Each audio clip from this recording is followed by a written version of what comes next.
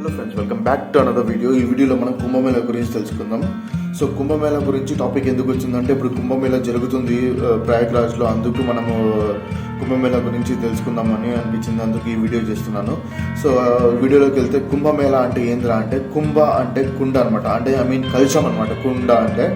And వచ్చేసి ఈ మేళా అంటే జాతర అని ఒక మీనింగ్ వస్తుంది అనమాట. జాతర అంటే గ్యాదరింగ్, పీపుల్ గ్యాదరింగ్ అంటారు కదా. సో అలాంటి ఒక అర్థం వస్తుంది అనమాట. ఇది మనకి ఎప్పటి నుండి తెలిసింది, మనకి ఎప్పటి నుండి ఇలాంటి మనం పాటిస్తున్నాము, ఎక్కడి నుండి అంటే మనకి యాక్చువల్లీ ఒక హిస్టరీ అనేది మనకి తెలియనప్పటి నుండి యాక్చువల్లీ మనకి హిస్టరీ ఉంటుంది కదా. హిస్టరీ కన్నా ముందు నుండే ఇలాంటి ఒక కుంభమేళా లేదంటే మనకి చాలా రకాలైన మేళాలు ఉన్నాయి. కుంభమేళా ఒకటి, పూర్ణమేళా ఒకటి, అర్ధమేళా ఒకటి, అర్ధ కుంభమేళా అని అంటారు, మహాకుంభమేళా అంటారు, అండ్ పూర్ణ కుంభమేళా అంటారు. ఇలాంటి ఒక 3 types ఆఫ్ కుంభమేళాస్ ఉన్నాయి. ఈ 3 types గురించి మనం లాస్ట్లో చెప్పుకుందాము. భాగవతంలో ఇది సార మందిరంలో మనకి ప్రస్తావన వచ్చిందన్నమాట. దీంట్లో యాక్చువల్లీ ఏం జరుగుతుందంటే, ఇంద్రుడు అసురులతో గొడవ పడతాడంట. యుద్ధంలో ఓడిపోతాడు అనమాట ఇంద్రుడు. సో ఇంద్రుడు ఓడిపోగా, సో ఆయనకు శక్తులు కావాలి. అప్పుడు సో శక్తుల కోసం అనేసి విష్ణు అని అడుగుతాడు. వేదానులు సముద్ర మదనం చేస్తారు.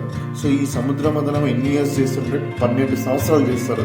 సో ఈ సముద్ర మదనం చేయంగా సో ఒక అమృత కలశం బయటికి వస్తుంది అనమాట. సో ఈ అమృత కలశంలోని ఇంద్రుడు ఈ అమృత కలశాన్ని కాపాడే క్రమంలో ఈ 4 చుక్కలు భూలోకం మీద పడతాయి అనమాట. ఆ భూలోకం మీద ఏ ప్రదేశంలో పడతాయంటే, అలహాబాదు, హరిద్వార్, ఉజ్జయిని, నాసిక్, ఈ 4 ప్రదేశాల్లో 4 చుక్కలు పడతాయి అనమాట. సో ఇది స్టోరీ అనమాట. అయితే మనకి చూసుకున్నట్టయితే కుంభమేళాలు 3 రకాలు ఉంటాయి. ఆ 3 రకాలు ఏంటంటే అర్ధ కుంభమేళా, పూర్ణ కుంభమేళా, మహాకుంభమేళా.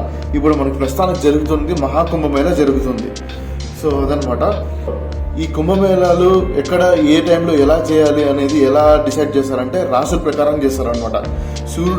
సూర్యుడు బృహస్పతి వచ్చేసి సింహరాశిలో ఉంటే అప్పుడు నాసిక్లో చేస్తారు, మేషరాశిలో ఉంటే హరిద్వార్లో చేస్తారు, అండ్ బృహస్పతి వృషభ రాశి అండ్ సూర్యుడు మకర రాశిలో ఉన్నప్పుడు అలహాబాద్లో చేస్తారు. సో సూర్యుడు బృహస్పతి వృషభ రాశిలో ఉన్నారు కాబట్టి ఉజ్జయిన్లో చేస్తున్నారు. మెయిన్ అట్రాక్షన్ ఎవరంటే ఈ అఘోరాలు అండ్ నాగసాధువులు.